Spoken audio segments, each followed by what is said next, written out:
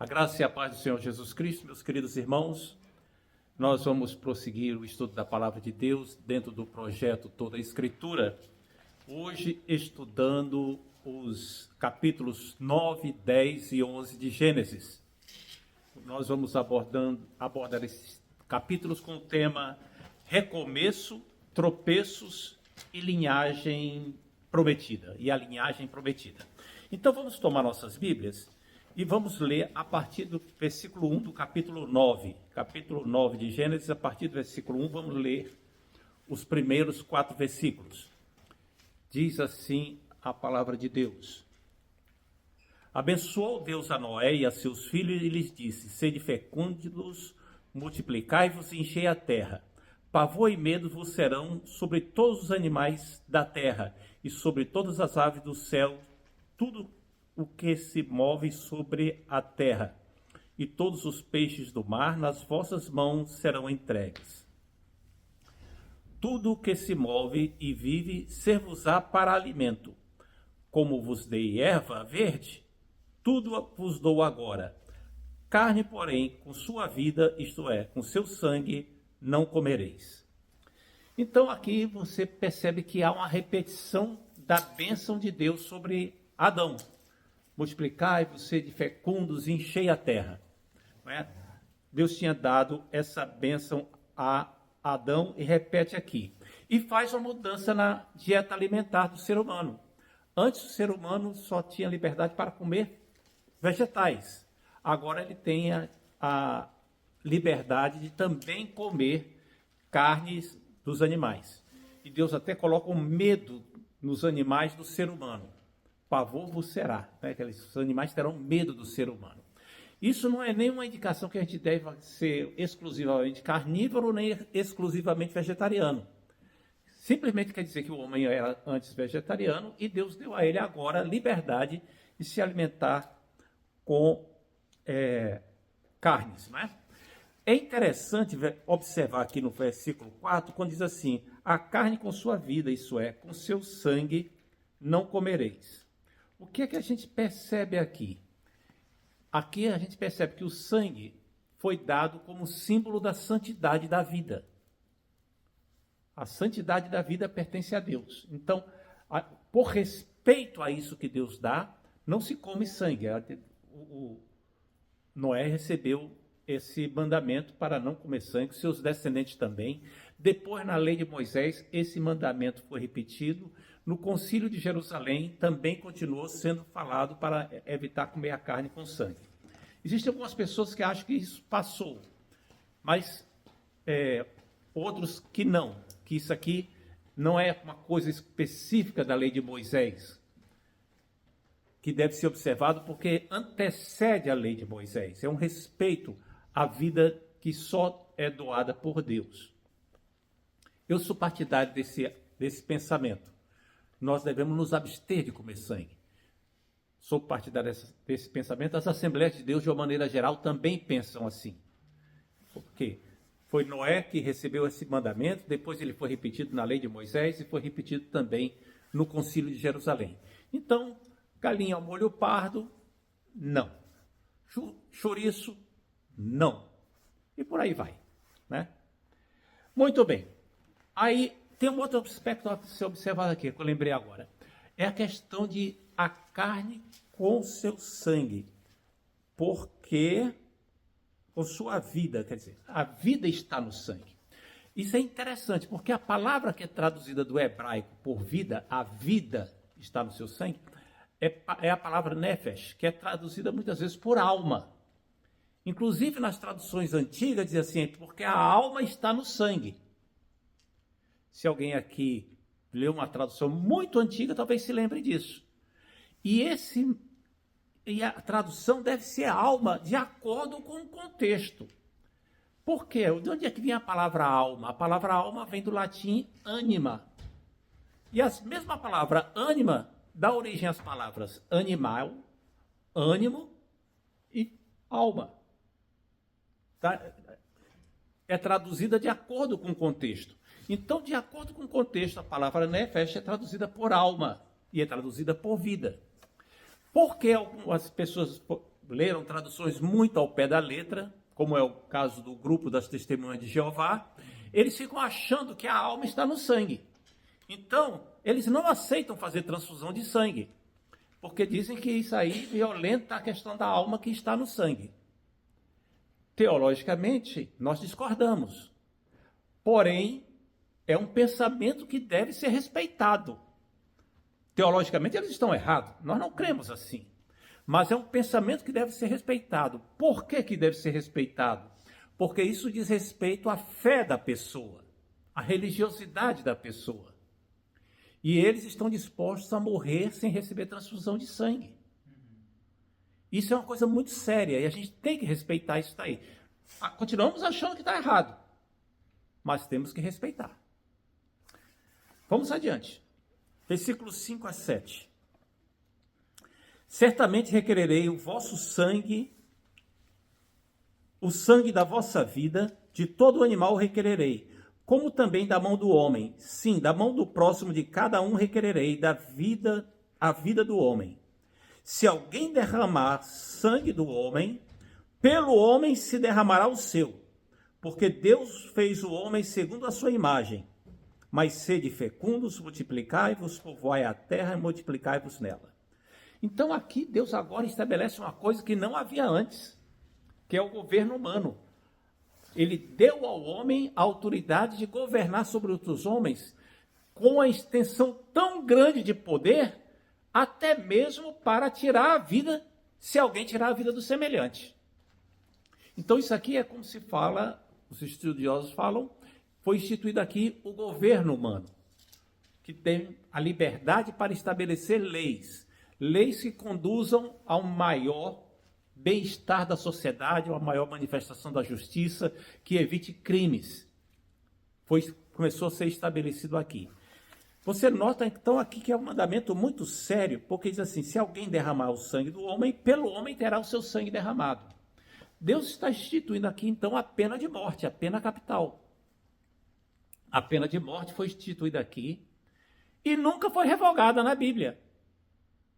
Nunca foi revogada. Nunca ninguém disse que ela está errada. Quando você lê na Bíblia, existe a regulamentação da pena de morte na lei, quando fala de quando é o crime, é o homicídio acidental, quando ele é proposital, etc. Você atravessa o Novo Testamento, tem exemplos de pena de morte lá, e Paulo diz, inclusive, lá em Romanos 13, que não é à toa que a autoridade traz a espada, quer dizer, a autoridade para decapitar. Então, a Bíblia consente na pena de morte. Ela não obriga, ela obriga a punição. O foco aqui não deve ser a pena de morte, tá vendo? Tem que ter a pena de morte. Esse não é o foco. O foco é a punição do assassino. Agora, a própria Bíblia esclarece que, às vezes, você tem que levar em considerações outros aspectos, como fatores atenuantes. Por que a pessoa matou? Foi sem querer? Não foi? Foi num acesso de loucura? Ou para evitar abuso da autoridade? Ou porque existem governos que são extremamente cruéis e ficam matando as pessoas à toa? Então, a questão da pena de morte é uma questão delicada, que a gente não pode afirmar que a Bíblia manda que ter, então tem que ter. Não, tem lugares que dá para ter, mas a justiça do ser humano é falha. E aí, como é que fica? A pena de morte não pode ser corrigida. Então, em tese, a gente sabe que a pena de morte é uma coisa admissível, mas na prática, a gente tem que tomar cuidado em ser a favor dela. Aí, no versículo 6, diz assim, porque o homem foi criado à imagem de Deus. Isso aqui, então, torna a dizer mais uma vez que o homem ainda conserva a imagem de Deus. Aquela capacidade de relacionamento com Deus, de inteligência, de sentir emoções, tudo isso o ser humano preserva. Foi ofuscado pelo pecado, compuscado, foi escurecido, né, estragado pelo pecado. Mas existe no ser humano. O ser humano é criado à imagem de Deus. Vamos então adiante. Capítulo 9 ainda, versículos 8 a 13 e depois o 17. 8 a 13, diz assim, 8 a 13. Disse também Deus a Noé e a seus filhos: eis que estabeleço a minha aliança convosco e com a vossa descendência, e com todos os seres viventes que estão convosco, tanto as aves, animais domésticos, animais selváticos que saíram da arca, com todos os animais da terra. Deus está voltando aqui ao tema da aliança que ele abordou lá no capítulo 6, versículo 4, rapidamente, que ele iria fazer uma aliança com Noé. E aqui agora é a primeira aliança claramente estabelecida na Bíblia. Houve a aliança no Éden com Adão também. Mas aí é preciso consultar vários textos da Bíblia para poder perceber isso, Oséias, etc. Mas aqui ela é bem clara. Estabeleço a minha aliança convosco. E note que essa aliança não é estabelecida só com o ser humano. Ela é estabelecida com toda a criação. Deus diz assim, tanto com as aves, animais domésticos, selváticos, é uma aliança de efeitos cósmicos. Estabeleço a minha aliança convosco, não será mais destruída toda a carne por água de dilúvio, nem mais haverá dilúvio para destruir a terra. Disse Deus: este é o sinal da minha aliança que faço entre mim e vós, entre todos os seres viventes que estão convosco, para perpétuas gerações, ou seja, uma aliança eterna. Porém, nas nuvens o meu arco será por sinal da aliança entre mim e a terra. Versículo 17. E disse Deus a Noé: este é o sinal da aliança estabelecida entre mim e toda a carne sobre a terra. Então Deus estabeleceu aqui uma aliança incondicional, uma aliança que ele faz com o ser humano e com toda a terra, todos os seres viventes, sem pedir nada em troca. É uma aliança que tem o efeito prático de uma promessa a troco de nada. Deus diz assim: olha, eu estou me comprometendo e vou colocar um sinal dessa aliança aqui nas nuvens. E aí tomou lá o arco-íris como sinal da aliança entre Deus e os seres viventes. Então, cada vez que vem chuva sobre a terra, cada vez que você vê um arco-íris, lembrar da aliança que Deus fez. E Deus está se lembrando. Não que ele se esqueça, como eu já falei da vez passada, mas aquilo ali é o sinal. É interessante você observar na Bíblia que muitas vezes Deus faz alianças e dá um sinal dessa aliança. Quando Deus colocou a aliança com Noé, ele deu o arco-íris como sinal. Quando Deus fez a aliança com Abraão, para instituir a nação de Israel, o povo escolhido, Deus instituiu a aliança e deu a circuncisão como sinal da aliança entre Abraão e seus descendentes. Quando Deus fez a aliança do Sinai com os judeus, os israelitas lá no deserto Sinai, quando foi dados os 10 mandamentos, ali era uma aliança. Deus disse assim: eu quero fazer uma aliança com vocês, Moisés. Vai lá e pergunta ao povo se eles querem fazer aliança comigo. Moisés desceu do monte, foi lá, perguntou ao povo.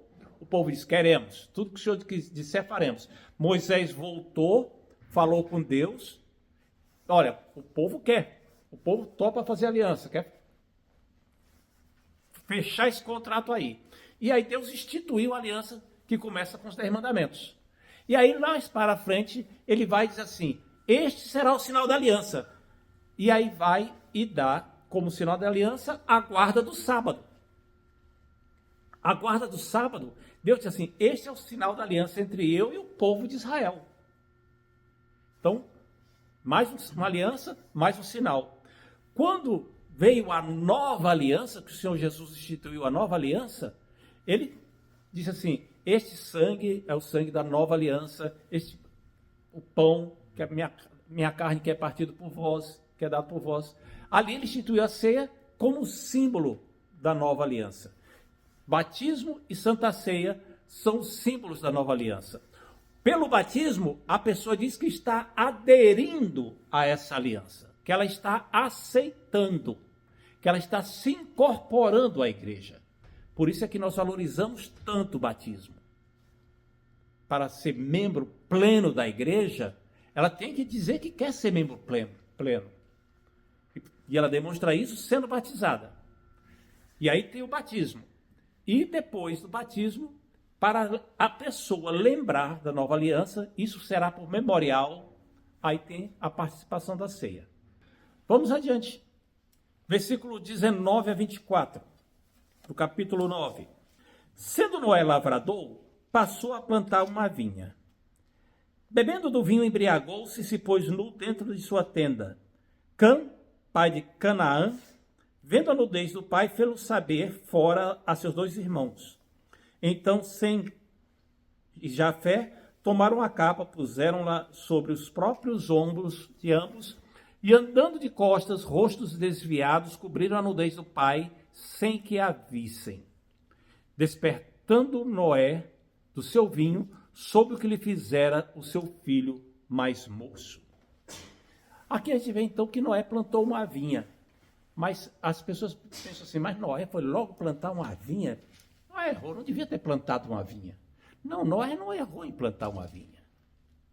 Ele não plantou. Plantar a vinha não é pecado. Consumir o vinho não era pecado, e nem é. Onde foi que Noé errou? Foi quando ele se permitiu embriagar. Mas a vinha em si não é pecaminosa. Lembre que Deus próprio diz assim, eis que o Senhor plantou uma vinha. Isaías capítulo 55. Diz que Deus plantou uma vinha, se referindo à nação de Israel. Depois Jesus diz assim, eu sou a videira verdadeira. Ora, o que é a videira? É a árvore da vinha. Então a vinha em si não é o pecado. O pecado foi o abuso. E foi aí que Noé errou, quando ele se permitiu tropeçar. Se permitiu abusar do vinho. E aí ele ficou embriagado e entrou naquele estado típico, né? Primeiro, a pessoa fica indiferente ao que é censurável e ridículo. Noé ficou, desculpe a palavra, ficou peladão dentro da própria tenda. Que espetáculo grotesco. Que coisa mais vergonhosa.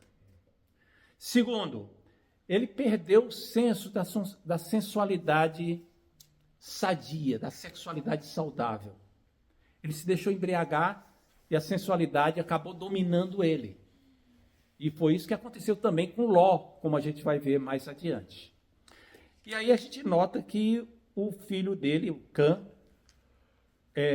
viu a nudez de seu pai e fez saber aos seus irmãos. O que é que aconteceu ali?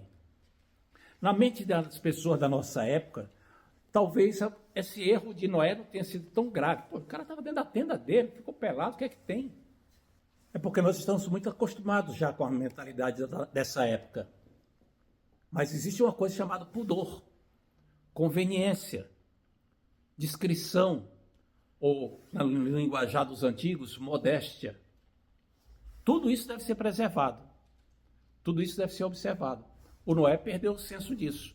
E o Cã, vendo isso que tinha acontecido, saiu e fez saber aos irmãos. Mas esse fez saber aos irmãos foi de uma maneira desrespeitosa.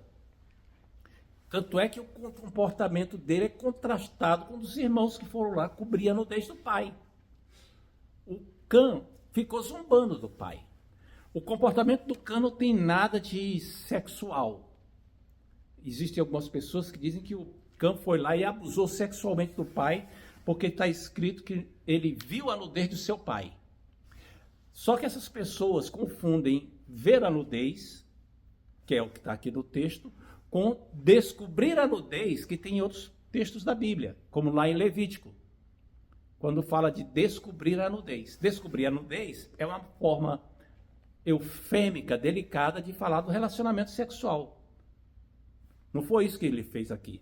O que aconteceu aqui foi que ele fez a mesma coisa que Davi fez quando viu Batseba se banhando. Lá do terraço do palácio dele, ele viu a nudez da Batseba, mas até então não tinha tido relações com ela. Depois é que ele descobriu que ele teve relações com ela. Então não teve essa conotação sexual aí. Muito bem. Da zombaria. Ele zombou do pai, desrespeitou o que o pai estava fazendo. Note o contraste com o comportamento dos irmãos. E aqui eu quero fazer uma pausa para a gente pensar no que tem acontecido na nossa sociedade. A figura paterna, da autoridade paterna, tem sido muito desvalorizada na sociedade. E as pessoas se acostumaram a que os filhos zombem dos pais, escarneçam do pai. Você vê isso em propagandas, novelas, séries de televisão, filme. Os filhos são espertinhos, zombando do pai, fazendo gracejo. Não chegou no nível de Cã, mas é um desrespeito. E aí a gente lembra do que é que a Bíblia recomenda. Honra teu pai e tua mãe, para que te vá bem, para que vivas muitos dias sobre a terra que o Senhor teu Deus te dá. O escárnio com os pais está errado. Ah, mas é brincadeira. É exatamente isso. Esse é exatamente o problema. Existe um limite.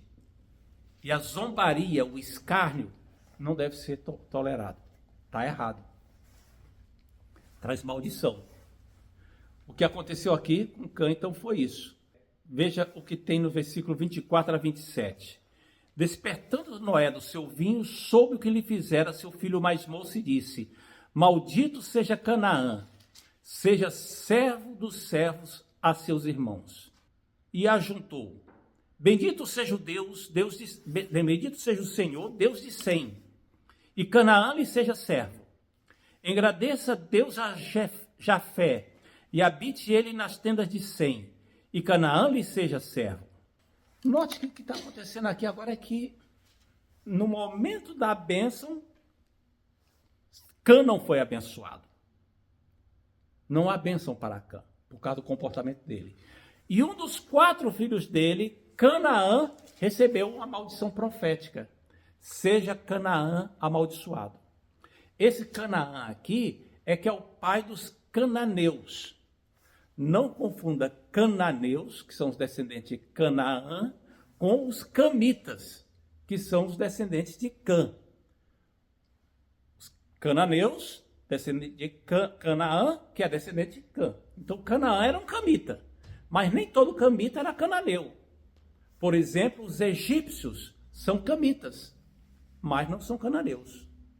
Eles são descendentes de Cã, mas não são descendentes de Canaã. Aqui, o que aconteceu foi uma previsão, uma profecia da maldição que viria sobre os cananeus, que se concretizou quando Josué entrou na terra prometida. Não houve aqui algo assim, toda a descendência de Cã vai ser amaldiçoada. Não. Os africanos são amaldiçoados por causa disso. Não. Foram só os cananeus, que foi a profecia, foram contra eles. Os outros 3 filhos de Cã não receberam isso. Essa desculpa que algumas pessoas tiveram, ou deram durante muito tempo, para praticar a escravidão contra os africanos, para explorar o pessoal da África, dizendo que eles eram os camitas e que por isso eram amaldiçoados, isso aí é uma justificativa tola, errada, ímpia, para explorar as pessoas. Os camitas lá da África não são cananeus. Então a desculpa aqui não tem nada a ver. Além do mais, a Bíblia diz que a maldição, quando a mão do Senhor pesa, vai até a 3ª e 4ª geração. Então, quando chegou a época lá dos cananeus e da escravidão, já tinha passado 200, 300, 500 gerações, não tinha nada a ver. Isso aí é uma outra coisa. Muito bem. Aí nós vemos aqui a questão da maldição sobre os cananeus. Deus profetizou. A terra de Canaã, que Canaã deveria herdar, se não tivesse começado a pecar, os próprios cananeus começaram a pecar. Quem são os cananeus? São os heteus, heveus, jebuseus, aqueles monte de povos terminados em eus, eles é que são os cananeus. Eles é que pecaram e trouxeram maldição sobre eles. E foram expulsos da terra. A faixa de terra que eles deveriam ter herdado ia lá de Tiro e Sidom até o sul da Palestina atual, além da faixa de Gaza. Aquilo ali era para ser a terra deles. E aí, por causa do pecado deles, é que Deus disse que iria expulsá-los dali e entregar essa terra para Israel, que é o que está acontecendo hoje. Muito bem. No versículo 26 e 27 diz assim: Bendito seja o Senhor, Deus de Sem, seja-lhe Canaã por servo. Aconteceu, né? Os cananeus que não foram expulsos se tornaram servos dos israelitas. Alargue Deus a Jafé. Quem é Jafé? Jafé é o antepassado dos povos indo-europeus. Europa e lá daquela região da Índia. E diz assim, habite o Senhor nas tendas, e alargue Deus as tendas de Jafé, ou seja, as terras de Jafé sejam alargadas. E o que é que aconteceu na história? Na história teve lá a Europa, os jefetitas conquistaram a Europa, tem os jefetitas que estão lá na Índia, naquele subcontinente indiano todo, e aí depois eles descobriram a América e se espalharam pela América toda. América do Norte, América Central, América do Sul, tudo isso aqui foi alargado das tendas de Jafé. Então está se cumprindo a profecia feita por Noé. E diz agora uma parte muito interessante. E habite Deus nas tendas de Sem. Habite Deus nas tendas de Sem. Então note que os semitas, a bênção que eles receberam foi sobretudo espiritual. Eles passaram a habitar em partes do Oriente Médio e África, tá? Mas aí tem uma bênção especial. Eles se espalharam lá, entraram pela Turquia, depois foram andando pelo Iraque, para aquelas terras todas, passaram pelo norte da Ásia, Galácia, a China, a Mongólia, aquilo tudo lá é semita. Aquele povo todo. Mas tem uma bênção interessante para eles. Habite Deus nas tendas de Sem. O que é que está dizendo aqui? Que Deus iria ficar na descendência de Sem. E a gente pergunta, como assim? Aí você se lembra da promessa de Deus para Adão e Eva. Da semente da mulher viria um que esmagaria a cabeça da serpente. Aí tem a linhagem piedosa, que começa com Sete, porque nos dias dele e de Enos se começou a invocar o nome do Senhor. E aí essa linhagem vem até Noé, vem até Enoque, que andava com Deus. Passa por Matusalém, avô de Noé, o que traria descanso. E a Noé também andava com Deus. E aí a promessa vai para o filho de Noé, Sem. Habite Deus nas tendas de Sem. Ou seja, a semente da mulher não seria nem um jefetita, nem seria um camita, seria um semita. E essa semente vai continuar nas tendas de Sem. Mas aí você pergunta assim, quer dizer então que tem que ser da linhagem ali do semita para poder herdar a promessa. Tem que, se não for semita, não herda. Não, não é isso. A promessa é espiritual. É uma aliança a qual a pessoa adere. Ela se incorpora ao povo. Tanto é que a Bíblia está cheia de exemplos de camitas e até cananeus que entraram nas tendas de Sem. Por exemplo, Raabe. Raabe era cananeia, mas ela entrou não só para o povo de Israel, mas entrou na galeria dos heróis da fé como uma das antepassadas de Jesus. Você tem o caso de Aimeleque. É Aimeleque o nome do homem? É, Aimeleque. Companheiro de Davi. Urias, que eram heteus, portanto cananeus. Entraram também para o povo escolhido. E você tem um monte de gente. Ruth, também, antepassado de Jesus Cristo, era cananeia. Era moabita. Entrou lá para a descendência de Jesus. Então é uma questão espiritual, não é de raça, é espiritual. Muito bem. Habite Deus nas tendas de Sem. Então vai vir Abraão, os patriarcas, Davi, Jesus. E espiritualmente já falei sobre isso.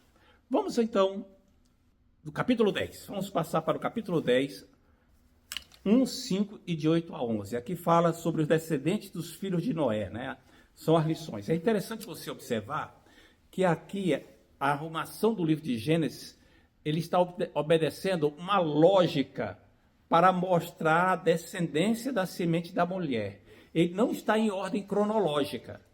Se você for estudar o livro de Gênesis na ordem cronológica, o capítulo 11 é antes do 10, tá? Mas como a intenção do autor aqui, inspirado pelo Espírito Santo, era nos fazer perceber a linhagem de Abraão, então está colocado numa sequência que obedece a esse propósito. Então, 1, 5 e de 8 a 11.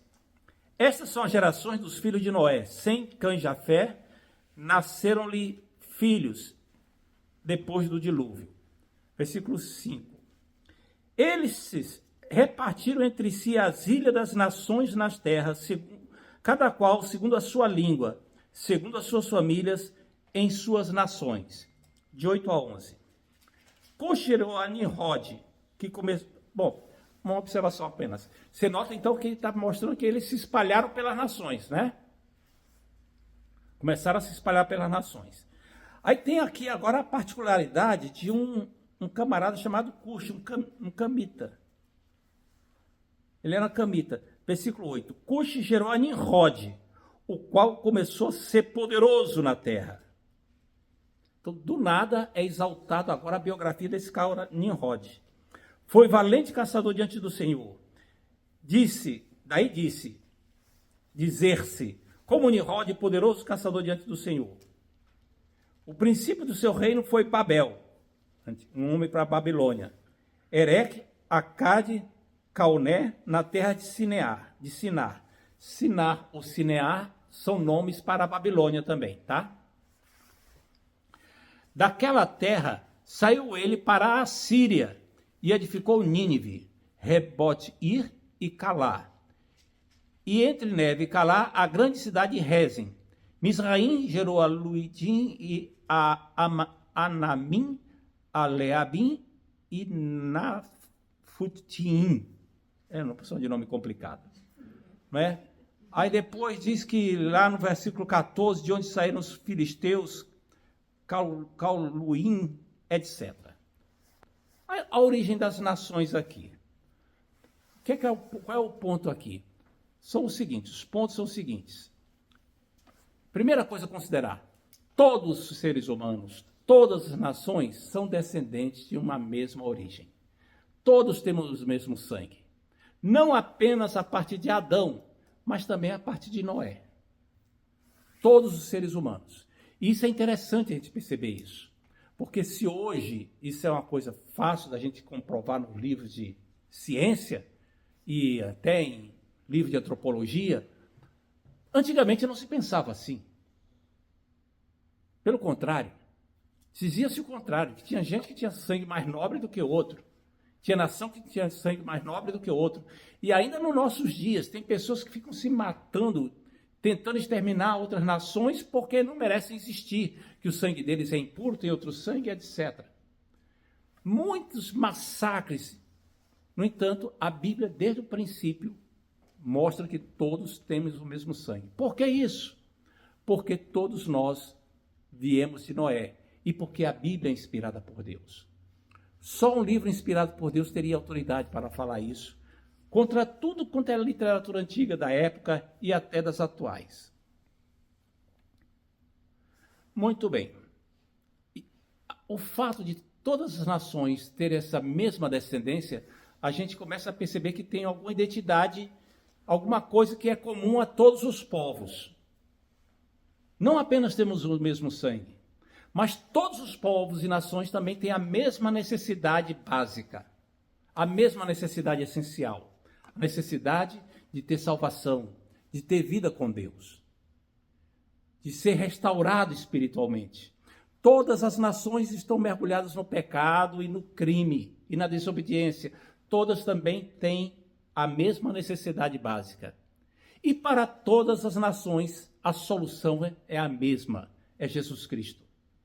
Jesus é que é a resposta para o problema das nações. Então, não só o mesmo sangue, mas também a mesma necessidade básica e também a mesma solução. Capítulo 11, vamos dar um pulo agora para o capítulo 11, porque o capítulo 10 vai falar agora a descendência toda, as gerações todas, né? Apenas dizendo quem gerou quem. Ora, em toda a terra havia apenas uma linguagem e uma só maneira de falar. Sucedeu que, partindo eles do Oriente, deram com uma planície na terra de Sinar e habitaram ali. Essa planície é a Mesopotâmia, onde fica a Babilônia, entre o rio Tigre e o Eufrates. É uma planície tremenda, sem elevações significativas. Algumas campinas mais baixas e apenas uma planície imensa, enorme, sem montanha nenhuma por perto, sempre distantes. E disseram uns aos outros: vinde, façamos tijolos e queimemo-los bens. Os tijolos serviram-lhe por pedra e o betume por argamassa. Por que eles tiveram que fazer tijolo? No Egito não fazia tijolo para fazer os grandes monumentos. Faziam com pedras. As esfinges e pirâmides estão lá, porque as pedras podiam ser transportadas até o lugar onde eles queriam. Mas na Mesopotâmia não tinha montanha para ter pedra. Então eles tiveram que fabricar tijolos. Os tijolos do Egito e outros lugares, eles eram queimados ao sol. Mas aqui eles vão misturar o tijolo com betume, como você percebe nos sítios arqueológicos. Tem até hoje, tem os poços de um lodo lá que eles chamavam de betume, né, que é uma liga meio asfáltica, meio oleosa, e eles queimavam com aquilo ali. O tijolo queimado, ele é muito mais resistente do que aquele que é apenas secado ao sol. E eles queriam queimar tijolos para fazer monumentos grandiosos. E disseram: edifiquemos para nós uma cidade e uma torre, cujo topo chegue até os céus, e tornemos célebre o nosso nome, para que não sejamos espalhados por toda a terra. Note aqui o que é que está acontecendo agora com eles. Eles, ao invés de se multiplicar, espalhar e encher a terra, eles não querem fazer isso. Eles querem contrariar o mandamento divino e ficar concentrado na mesma região. Querem evitar se espalhar. Eles estão em rebeldia contra a ordem do Senhor. E qual é o interesse deles? Construir uma cidade e uma torre, cujo topo chegue aos céus. Não é que eles quisessem chegar lá ao céu dos céus, realmente. A ideia, às vezes que nós entendemos isso porque a gente lê muito ao pé da letra o que está aqui. E aí você tem que pensar como é que as coisas eram concebidas antigamente lá na Babilônia. Ainda hoje existem muitas cidades que são encontradas pelos arqueólogos na Babilônia. Nessas cidades existem regiões da cidade onde existe um templo junto a uma torre. Tem pelo menos 4 grandes dessas que são perceptíveis, a gente tem fotografia, nós vamos ver aí. Elas eram torres assim, elas não tinham aquele formato de espiral como você vê geralmente nas torres de Babel, na figura da Torre de Babel. Elas eram um formato assim, parecida com essas pirâmides dos maias que tem aqui na América Central, só que gigantescas. A da Babilônia, a principal da Babilônia, tinha 90 metros de largura por 90 de comprimento e 7 pavimentos de andares. Lá em cima tinha um pequeno santuário, que era onde as pessoas esperavam se encontrar com os deuses. Cada zigurate desse, cada elevação dessa, ela é chamada de zigurate. Era dedicada a um deus. Então a ideia aqui é fazer um tipo de um zigurate como esses que tem lá. Ainda tem aqui, ainda existe lá. Ora, para que isso? Para se encontrar com os deuses ali. Tinha o templo e lá em cima esse santuário. Muito bem. Como tinha esse santuário lá em cima, esse lugar era conhecido como a Porta dos Céus, o lugar onde se encontrava com os céus. E lá no capítulo, se eu não me engano, 28, quando nós vemos a escada de Jacó, você vai lembrar disso também. Note como é que é o nome desses lugares ainda hoje que tem nas inscrições que são encontradas lá.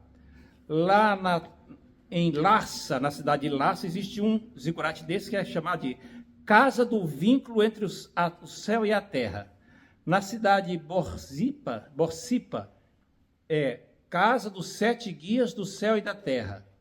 Na própria Babilônia tem Casa da Plataforma Alicerce do Céu e da Terra. Em Assur tem Casa da Montanha do Universo. Ou seja, era um lugar que era considerado o lugar onde as pessoas chegavam aos céus. Né? No entanto, quando você lê o texto aqui, o interesse deles não é adorar os deuses. Tem alguma coisa diferente aqui. Eles querem chegar aos deuses. Mas para quê? Veja o que tem no versículo 4. Tornemos célebre o nosso nome, para que não sejamos espalhados. É a ansiedade de querer ser famoso, de querer se mostrar poderoso, de querer ser aqueles que controlam o que está acontecendo na história humana. Nós não vamos nos permitir ser comandados, ser dirigidos, governados por Deus. Nós mesmos vamos governar nosso próprio destino. E aí Deus não gostou da história. Ele não contava com a intervenção divina. E aí aconteceu o que está no versículo 5 a 9. Então desceu o Senhor para ver a cidade e a torre que os filhos dos homens edificavam. E disse o Senhor: eis que o povo é um, e todos têm a mesma linguagem. Isso é apenas o começo. Não haverá restrição para tudo que intentarem fazer. Vinde, desçamos e confundamos ali a sua linguagem, para que não se entendam e não se entenda a linguagem dos outros. Deus ficou com medo que as pessoas dissessem, não vai ter limite que eles vão fazer, vamos tomar uma providência aqui para acabar com isso logo, antes que eles fiquem poderosos demais. Não. Deus não estava com medo que os homens poderiam fazer contra ele.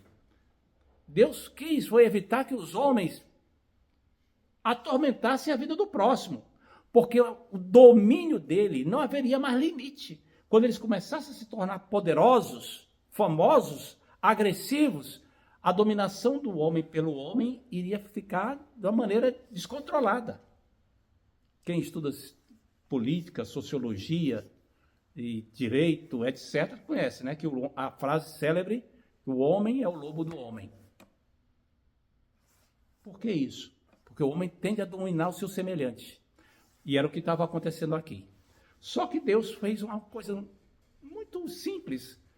Ao invés de mandar outro dilúvio, mandar raios para destruir todo mundo, provocou uma confusão de linguagem.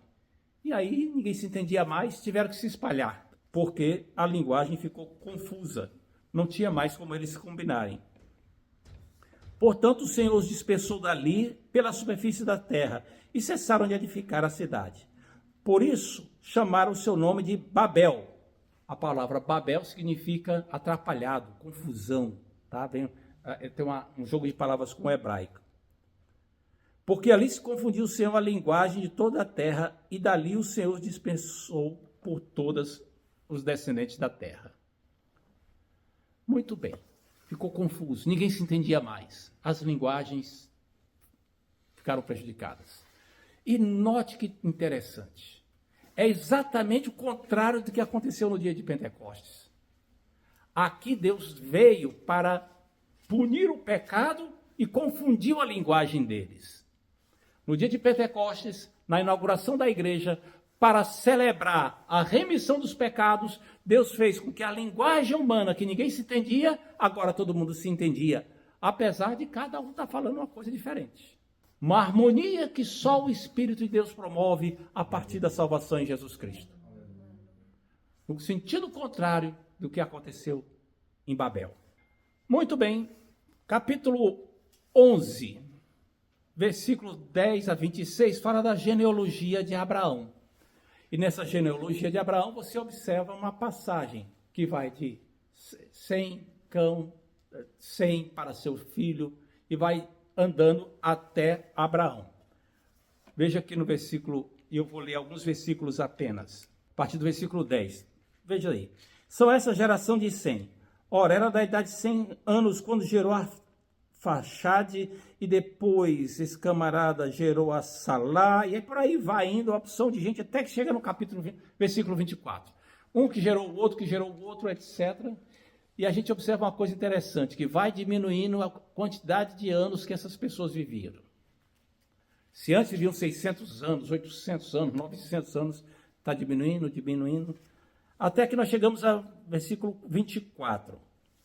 Viveu Naor 29 anos e gerou a Tera. E depois que gerou a Tera, viveu Naor 119 anos, gerou filhos e filhas, e viveu Tera 70 anos, e gerou a Abrão, a Naor e a Arã. Note que agora Tera é pai de Abrão, que veio a ser o Abraão. Estas são as gerações de Tera. O que está acontecendo aqui? Está afunilando. Começamos com Noé, Sem, Cã, Jafé, passou para Sem, vem vindo, aí vai afunilando para uma família. Versículo 27. Essas são as gerações de Tera. Gerou Abraão, Naor e Arã, e Arã gerou a Ló. Morreu Arã na terra de seu nascimento, Ur dos Caldeus, estando Tera, seu pai, ainda vivo. Ora, então o que aconteceu é que dos 3 filhos morreu o Arã, né? Abrão e Naor tomaram para si mulheres. A de Abrão chamava-se Sarai, e a de Naor, Milca, filha de Arã, que foi o pai de Milca e de Isca. Sarai era estéril e não tinha filhos. Tomou Tera a Abrão seu filho e a Ló, filho de Arã, filho de seu filho, e Sarai sua nora, mulher de seu filho Abrão, e saiu com eles de Ur dos Caldeus para ir à terra de Canaã. Foram até Arã, onde ficaram. Então, lá da Babilônia, lá onde era Ur dos Caldeus, lá onde tinha Zigurate, lá onde era uma terra de ídolos, de idolatria, o Tera pegou o seu filho Abraão e a família e saiu lá de Ur dos Caldeus e foi lá para o norte das nascentes do Eufrates, lá para onde tem a Síria atualmente.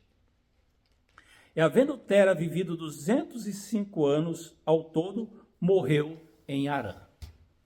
E aí nós chegamos lá, começamos lá depois do dilúvio de Noé, passando por Sem, e chegamos a Abraão. O que é que dá para perceber aqui? A linhagem dos filhos da promessa, a linhagem da semente da mulher está progredindo. O Deus que é fiel está mantendo a promessa e ela está vindo.